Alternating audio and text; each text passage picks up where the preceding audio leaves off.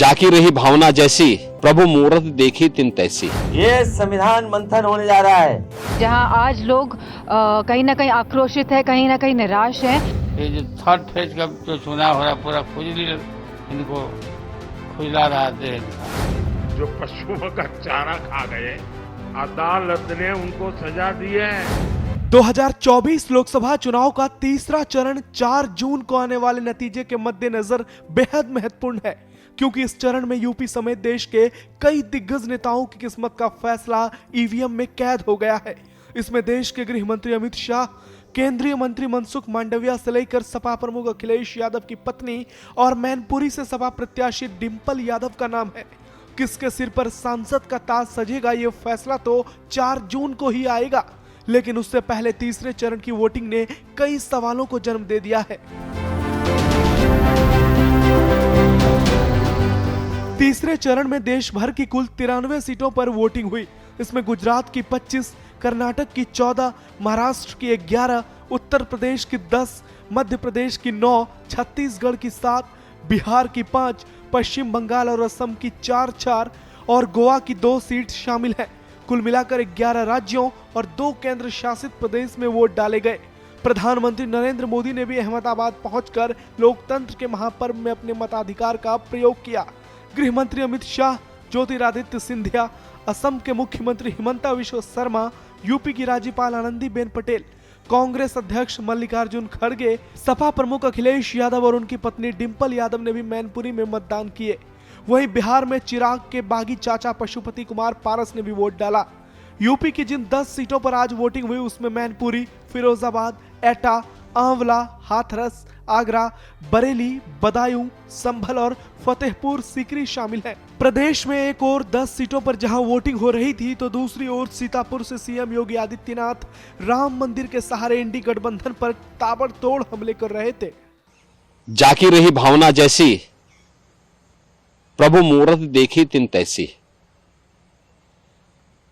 ये राम भक्तों पर गोली चलाने वाले लोग हैं। राम के अस्तित्व को नकारने वाले लोग हैं। मर्यादा पुरुषोत्तम प्रभु श्री राम की ईश्वरीय सत्ता को चुनौती देने वाले लोग ये लोग हैं।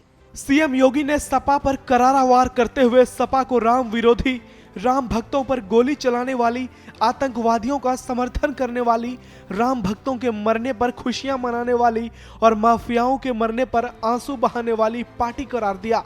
तो योगी के मुख्य विपक्षी अखिलेश यादव ने पलटवार करते हुए कहा कि इस चुनाव में बीजेपी को करारी हार मिलेगी।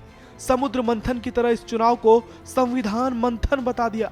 ये संविधान मंथन होने जा रहा है। एक तरफ जो यहाँ दिखाई दे रहे हैं सब लोग, आप भी लोग संविधान रक्षक हो, और दूसरी तरफ वो लोग हैं जो संविधान के भक्षक हैं। समुद्र मंथन की तरह संविधान मंथन होने जा रहा है। अखिलेश की पत्नी और सपा के गढ़ मैनपुरी से सपा उम्मीदवार डिंपल यादव ने भी इस चुनाव को लोकतंत्र बचाने का चुनाव करार दिया, साथ ही बीजेपी पर जबरदस्त हमला किया। मैं समझती हूँ 10 साल में अगर कोई सरकार अगर काम नहीं कर पाई है, अपनी विफलता पूरी दिशाओं में जिसने फैलाई है पूरे देश में, जहां आज लोग कहीं ना कहीं आक्रोशित है, कहीं ना कहीं निराश हैं, और कहीं ना कहीं जहां दबाव की राजनीति का प्रयोग आप सभी समाजों पे, सभी वर्गों पे कर रहे हैं, तो मैं समझती हूँ कि आज देश का लोकतंत्र बचाने का चुनाव है और कहीं ना कहीं संविधान की भी रक्षा करने का चुनाव है। आपने सीएम योगी को सुना, अखिलेश और डिंपल को भी सुना। अब आपको बिहार की राजधानी पटना लिए चलते हैं।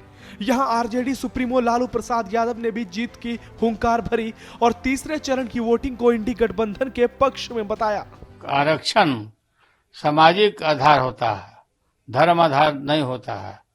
अटल बिहारी वाजपेयी जी ने संविधान समीक्षा आयोग बना दिया था, और ये लोग यही चाहते हैं लोग कि ये जो थर्ड फेज का जो चुनाव हो रहा है, पूरा खुजली इनको खुजला रहा है इनका।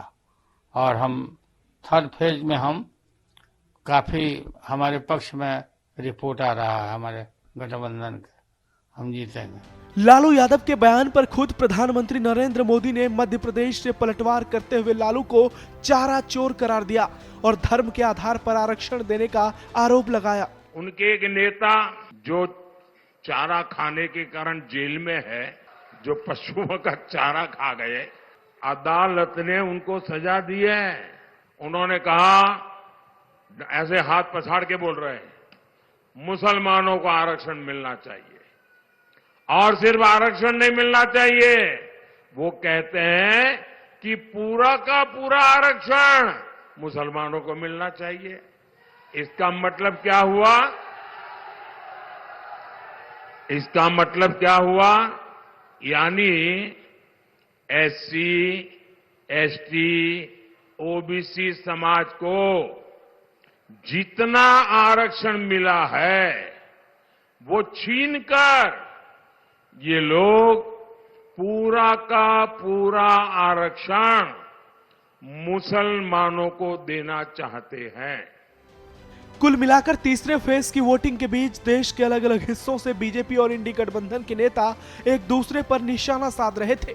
यूपी समेत पूरे देश में अभी कुल 4 फेज की वोटिंग शेष है, जिसमें 54 सीटों पर मतदान होने हैं, साथ ही देश भर की 260 सीटों पर। ऐसे में जब तक आखिरी चरण की वोटिंग खत्म न हो जाए, ये कहना मुश्किल है कि क्या देश में सत्ता परिवर्तन हो सकता है या नहीं। ब्यूरो रिपोर्ट, श्रेष्ठ यूपी। उत्तर प्रदेश की हर खबर से अपडेट रहने के लिए श्रेष्ठ यूपी को करें सब्सक्राइब, बेल आइकन दबाएं और देखते रहें श्रेष्ठ यूपी।